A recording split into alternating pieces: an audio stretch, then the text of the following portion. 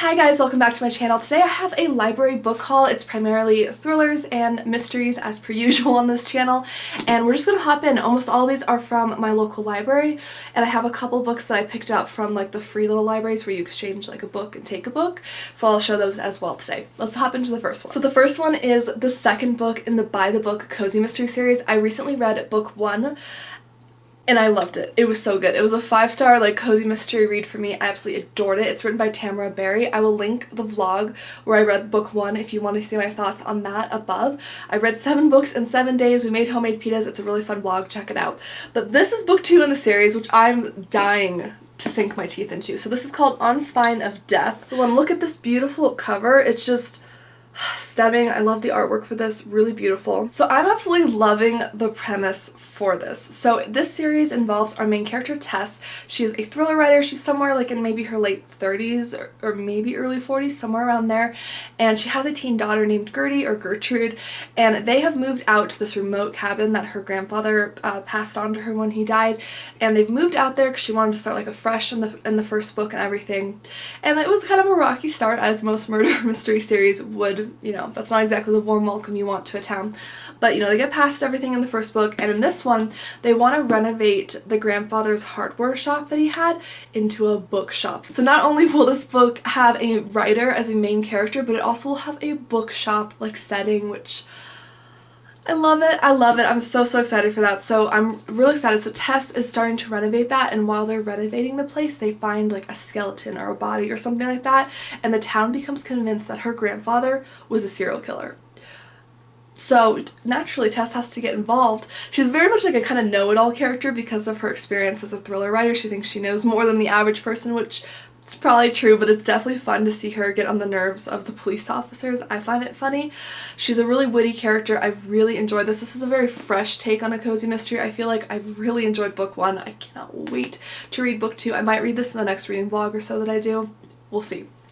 Very excited for this. Speaking of cozy mysteries, I'm very excited for it. This is the next in the Jane Austen mystery series, and this could not be more perfect timing. This is called Killer Cruise, and as you can see, the cute little cat named Prozac is reaching out there. I guess the cat somehow gets on the cruise ship. We'll see. So in this series, we have our main character, Jane Austen. She is a freelance writer, and she's always struggling to make ends meet. You know, freelancing is a very volatile job, you know, with clients coming and going. You never know exactly when your next paycheck's coming, right? So her and her cute kitty, Prozac, who has an entire personality of his own, which I love, you know, they kind of take what they can get at times. This time, however, Jane seems to land a very sweet gig. She actually gets to go on a cruise and teach aboard the ship for 7 days at the Mexican like Riviera. So she's like, hey, this is a dream gig if there ever was one. However, things kind of go awry when Prozac, her cat, somehow sneaks into her luggage, makes it onto the ship, which leads to someone blackmailing her because they spot her cat on the ship, which obviously you're not supposed to have a cat with you unless they're maybe like a service animal or something. I would imagine that's allowed, but Prozac is not one, so she's being blackmailed, and then she meets this like elderly wealthy widow, and the widow is being like kind of conned, it appears, and so she's kind of keeping her eye on it. Things happen, and it's not quite the Mexican Riviera vacation that she was planning on. I am so excited for this. If you're looking for something that will make you laugh, that's very lighthearted, very fast-paced, very heavy on the comedy side. Like, the mysteries are always fun in these, but it's the comedy and the writing style that's what I come back for. It's like I save these for like a night where I'm like, okay, this has been a stressful day. This is what I go to. Amazing. So next I have a brand new thriller that came out in April. This is called You Shouldn't Have Come Here by Jeneva Rose, who wrote The Perfect Marriage. So this is a dual perspective, like psychological thriller, and we have 2 main characters. We have Grace and Calvin. And Grace is having a rough time of it. She just wants to get away. So she books this like Airbnb out in the middle of nowhere. It's like, as you can see, a cabin in the middle of nowhere, and she books that to get away. And while she's there, she meets Calvin, who she describes as a very handsome individual. She starts to connect with him. However, as they get closer, she kind of realizes maybe this life isn't as idyllic as he's making it out to be. There's also like a woman who went missing previously, and she starts to suspect there might be something going on, but she continues to fall in love with him. On the other hand, Calvin suspects that Grace isn't being honest with him about her reasons for coming out there, so there's kind of mistrust on both ends like basically combined with a lot of emotional baggage, a lot of emotional duress and all of that, and this sounds really interesting. I have not read The Perfect Marriage or anything by this author previously, so I'm very excited for this. Let me know if you've read her writing before, but I'm excited for this. This next one, I have been on hold at my library for this new release for 3 months. I believe 2 to 3 months. I can't remember if it came out in February or March, but I have been waiting very patiently for this, and I finally have my hands on that. And it is All That Is Hidden by Rhys, Bowen, and Clare Broyles, who I believe is her daughter. This is part of the Molly Murphy mystery series, which features Molly Murphy, an Irish-American immigrant to New York in the very early 1900s. She's a very feisty, impatient, spunky character. I really love her. She's very big on standing up for injustice when she sees it, so there's a lot of mysteries of hers that involve her getting involved with like the women's rights or like labor rights and things at the time. And she also becomes a private detective or like investigator at one point. Later on in the series, she has married her husband Daniel, who is like a police officer. And things are going well. They have like a really great marriage, they have kids, and she feels like they're on equal footing, they're a good partnership, until one day Daniel tells her that they are moving from their nice home they love to this really fancy ritzy place that they feel out of place there. Like, she's like, why would we move there, you know? And he's also running for a political party where he's going to be, let's see, I want to make sure I get this right. He's running to be elected sheriff of New York, and she is just left reeling. And he's actually going to be running for sheriff on the Tammany ticket, which is known for kickbacks and quid pro quo more than anything else, which is what Daniel actually despises. So Molly's sitting there like, why would he run for this? And he didn't discuss any of this with her, which was very unusual, so she starts to dig into it. This is a really great historical fiction mystery series. It is on the cozy side, like there isn't like a lot of graphic violence or anything like that usually, but it does tackle some like real world issues like the Tammany Hall or labor rights, stuff like that. So I definitely enjoy this series. I'm very, very excited for this one. Alright, next we have the debatably not cozy or very much pushing the limits of cozy mystery, which is the Finlay Donovan mystery series by Elle Cosimano. This is the 3rd book and the latest one that is out. Finlay Donovan Jumps the Gun. This came out, I don't know, like 2 months ago or so it's a very new release, and I'm very excited for this. I just finished book 2 and I really enjoyed it. I've given both 1 and 2 4 stars, so it's been a solid read for me. It's a very chaotic writing style, but basically we have our main character Finlay, and in the first book she's an author, like a thriller suspense author, and she's at a public place like having lunch with her agent, and she's discussing like a contract killer for her book plot, but someone overhears her and thinks that she is a contract killer. So they try to hire Finlay as a contract killer to take out someone. And Finlay's in a tight place. Like, she's recently gone through like a separation with her, I want to say her husband or partner. She's got 2 young kids. She's a mom. She's got all this like financial woes that she's struggling with. And I really enjoy the series. I can't give too much detail about the plot of this one because it is one that you want to read in order. Like, it's a serial. But it's a really fun, chaotic series. Definitely a little more graphic than most cozy mysteries are, but it definitely has a lot of cozy elements too, so if you're okay with that, I think you'd still enjoy it. My favorite character in this book is Vero. She's like the live-in nanny and like assistant to Finlay, and I love her. She is so funny. She's creative. She's spunky. I think she's a great character, and I think Finlay is also very relatable, even for people like myself who aren't moms. I feel like she's such a relatable, fun character to follow. I love hearing about her writing exploits. I love hearing about, just everything she gets involved with. It's just funny, it's fun, it's interesting. It's a really fresh, interesting series, I would say. Definitely have a lot of new releases in this one. This one I've also been on hold for like, I want to say 2 months at my library with, and I'm very excited to have it. This is Fateful Words by Paige Shelton. This is part of the Scottish Bookshop mystery series, which is one of my favorite bookish cozy mystery series. It features our main character Delaney, who is an American from like the Midwest. She's moved over to Scotland and she's helping run this like eccentric bookshop, and her boss is like fabulously wealthy, and he also gets all these bookish like items like old desks and maps and like anything related to like authors or stuff like that. So a lot of the mysteries involve book related themes or like historical themes, which I think is one of my favorite types of like tropes and things to have for cozies. I love it when the mystery is like somehow related to the kind of theme or like place that the sleuth works at. So Edwin, Delaney's boss, asks her to go on this like retreat for him because he can't go, and so she goes on this retreat, and she's, you know, kind of networking and stuff for the store. They're in this like cabin. This is definitely not the right time of year for this, but I'll be reading it anyways because I love it. And mysterious things happen. Someone disappears. I think the owner of like the hotel like just falls off of the roof and dies, but it's very mysterious, and Delaney suspects foul play and starts to look into it. So very much excited for this. This is going to be fun. The cover art is always really beautiful on this one. I really love this. She's such a great like suspense writer. I love Delaney as a character. The characters in these are always fun. The setting is fabulous. I've had a lot of good luck with Scottish-based cozy mysteries, like the Scottish Shire Mystery series by Tracy Hall. Love that. Love this one. Cannot wait to read this. Okay, so we have a couple more books. Some of these are from my free little library that I switched out. I'm not sure about some of these, but we're going to see. I'm going to go through these a little bit quicker. We have The Power Couple by Alex Berenson, and this one basically is like a domestic kind of psychological thriller from what I understand. You have Rebecca and Brian, who seem to have it all. They both have nice jobs working for the government in like Washington, D.C. They have a nice home. They have 2 kids. They seem to have it all, but they don't have a happy family and like marriage like they want to. So they go on a European getaway.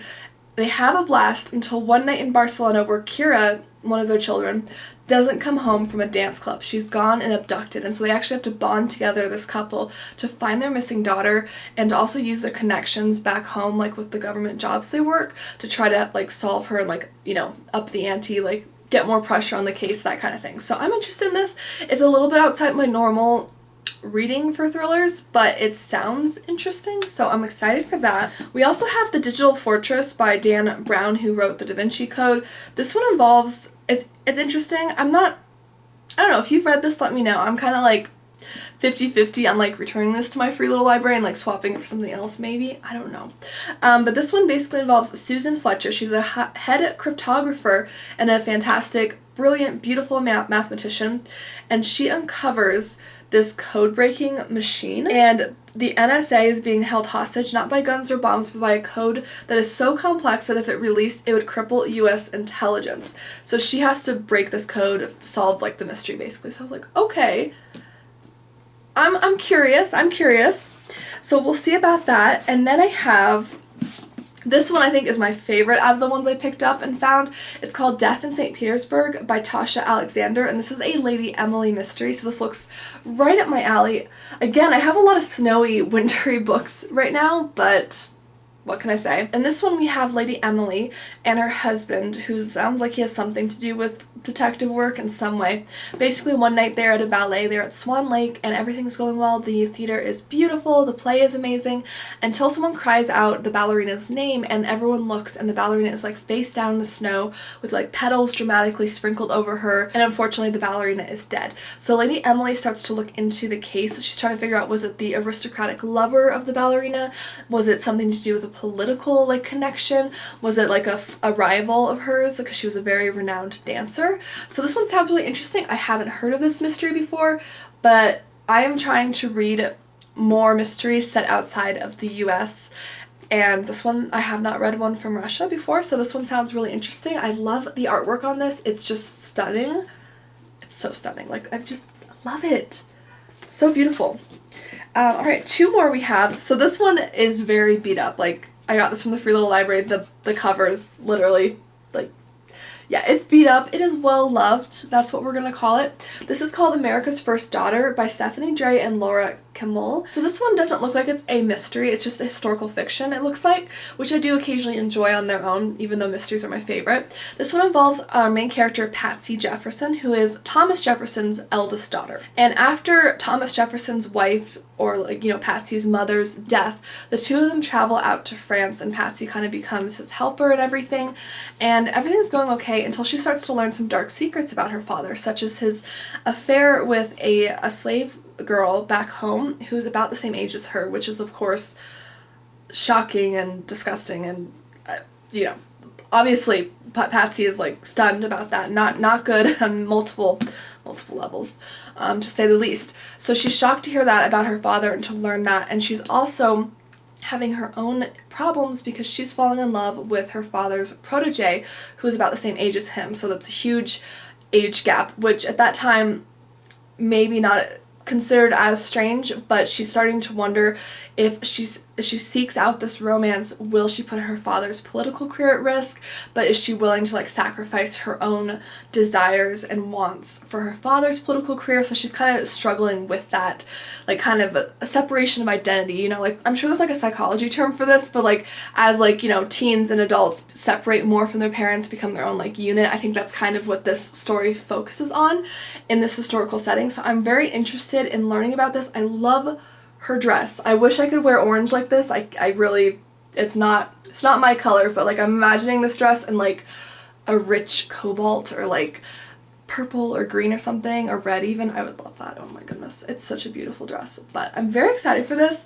So I like how they sum it up on the back. It says, torn between love, principles, and the bonds of family, Patsy questions if she can choose a life as William's wife and still be a devoted daughter, and her choice will follow her in the years to come. So there's scandal, there's tragedy, there's poverty that threatens her family. I'm very interested in this. I do really enjoy historical fiction, although most of the ones I read are typically mysteries, but this one does have a great premise, so I'm really interested in seeing this. I've never really learned very much about Patsy Jefferson. Like, I don't even think I could have told you her name until I read the summary for this, so I'd love to learn a little bit more about her. Alright, and last but not least, this is a nonfiction I picked up from my library. This is called A Year to an Organized Life, From Your Closets to Your Finances, This Week-by-Week Guide to Getting Completely Organized for Good, written by Regina, Leeds, who wrote The Zen of Organizing and Los Angeles Magazine Best Organizer. So that one sounds really good. This is basically, as it says, like a week-to-week guide of cleaning different parts and organizing different parts of the home. So I'm excited for this. I'm going to read off a couple chapters to give you an idea. Okay, so each month it looks like it's themed. So January is working on the kitchen, February is creating a bedroom sanctuary, March is organizing the business of life like your home office, April is the bathrooms, May is the hidden areas like your laundry room, basement, garage, guest room, attic, which that'll be very quick for me because we don't really have those. June is all about travel like organization, like how to travel light and organize your traveling stuff. July is about like paper stuff, so scrapbooks, memorabilia, greeting card collections. August is surviving your move if you're moving. September is back to school, busy stuff, so I'll probably skip that because I'm no longer in school and I don't have kids, so not super relevant for me. October is about the common rooms, like your living room. November is entertaining with joy, like how to declutter and like plan out holiday stuff. And then December is creating a festive atmosphere. So I'm excited for this. It looks really well organized. Like it looks like each section for each month starts with a monthly overview of what's the goal, and then it starts with like some habits and things to track, and then it's broken down into different weeks within the month to kind of set you up for success. So I'm excited for this. I'm a pretty organized person. Like, I would say most people describe me as pretty type A. Like, I'm very organized, I would say, naturally, but I do enjoy reading books and guides and stuff like this to give me fresh ideas because, you know, sometimes you get stuck in a rut organizing something in one way, and maybe it's a pretty good way to organize it, but I feel like there's always a better way, you know? Maybe that's the perfectionist in me, probably, but I feel like this could be useful, so I'm going to give this kind of more of like a skim read, reading the sections that are most interesting to me, and I'll probably skip a couple of the months, like I said, because like the kids one, that's just not really going to appeal to me personally, but I will let you guys know how the book was in general, the parts that I read. And thank you guys so much for watching. Don't forget to like and subscribe. I do reading wrap-ups every month on this channel, so if you're interested to see how these books went for me, you want to hear more about them, definitely hit subscribe. I post mystery and thriller, cozy mystery, historical fiction content on this channel every week. I don't want you to miss out. Let me know down below in the comments, have you read any of these books? What new releases are you particularly excited for? I definitely had quite a few new releases that I'm very excited for, that I've been waiting impatiently for from my library, and I'm very excited to now be able to read them. Let me know in the comments down below, and I'll see you guys in my next video. Bye!